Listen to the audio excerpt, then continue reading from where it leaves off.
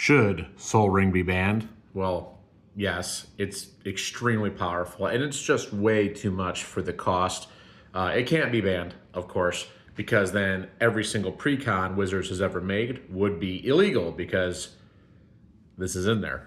But despite how overpowered Sol Ring is, that's a discussion for a different time. It really creates a conversation about mana rocks in general. I am Kyle the Squab. I play a ton of Magic and a ton of Commander. And I have a very hot take that mana rocks in general are very bad. I think that they are not a good investment, and I'll explain more later. But if you like odd interactions, unique mechanics, and you want to get better at Commander, please like and subscribe for more advice. So why is it that I believe that most mana rocks are pretty bad? Well, the reality is the whole point of the mana rock is to ramp. You are paying mana now, early in the game, to hope to reciprocate that win later in the game.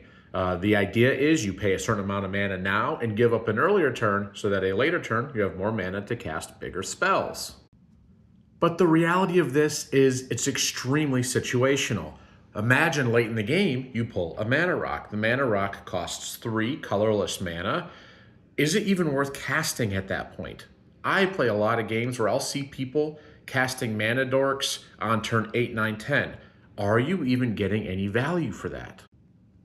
Take, for example, Patchwork Banner, an extremely pricey card, but is it good? You pay 3 mana, and you get back 1 mana.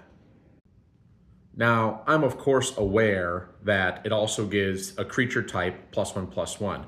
That buff is extremely small for how I see most people play it. Even if you have 5 creatures of the same type, the amount you're getting back for that 3 mana isn't really all that great.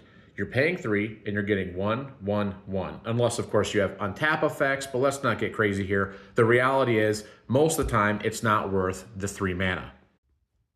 But ramp is important. So what are better ways to become more mana efficient? Cost reducers are by far better than mana rocks. Not only do they pay dividends the entire game, reducing the cost of the mana that you have to spend for all spells could get you multiple mana per turn, similar to how Sol Ring gets you 2 mana right away. So if you have more mana, you can cast more spells, and those spells are much cheaper. And certainly if you're playing monocolored, use Gauntlet of Power. Always use Gauntlet of Power. Mana rocks give up turns and mana for future investment, but do they pay off? Comment below.